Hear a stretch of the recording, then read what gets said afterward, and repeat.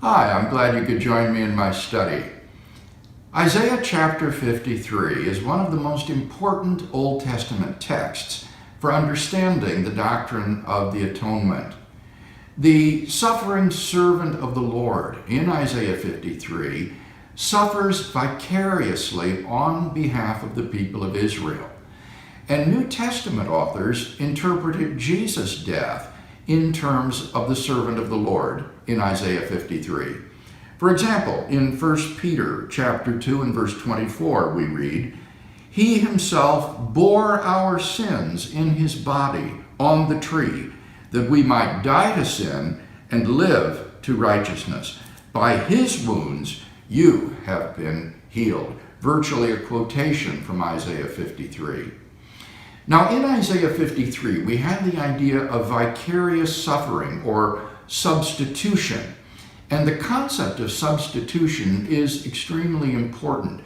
A substitute does something in the place of or instead of another person.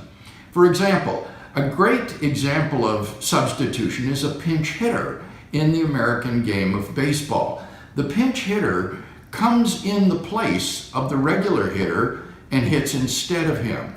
But in no way does he represent the hitter. He substitutes for him, but he doesn't represent him. If he gets a hit, it doesn't help the average of the person he's replaced. If he strikes out, it doesn't hurt his average. He is independent of the person that he substitutes for. In contrast to the idea of substitution is the idea of being a representative of someone. This is someone who acts on behalf of or speaks for another person, but doesn't necessarily substitute for him. For example, the baseball player will have an agent who will be his representative in negotiating his contract and salary. The agent doesn't substitute for the player in the way that a pinch hitter does, but he represents him.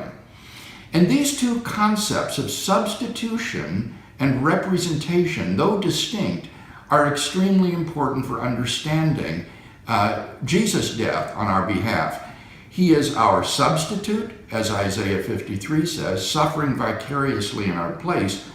But then, as Paul indicates, Christ is also the second Adam. As Adam represented all men before God, so Christ represents all men before God. He is our representative who acts on behalf of us before God. So in the atonement, we have this very interesting blend of substitution and representation that is important to keep clear and to understand accurately.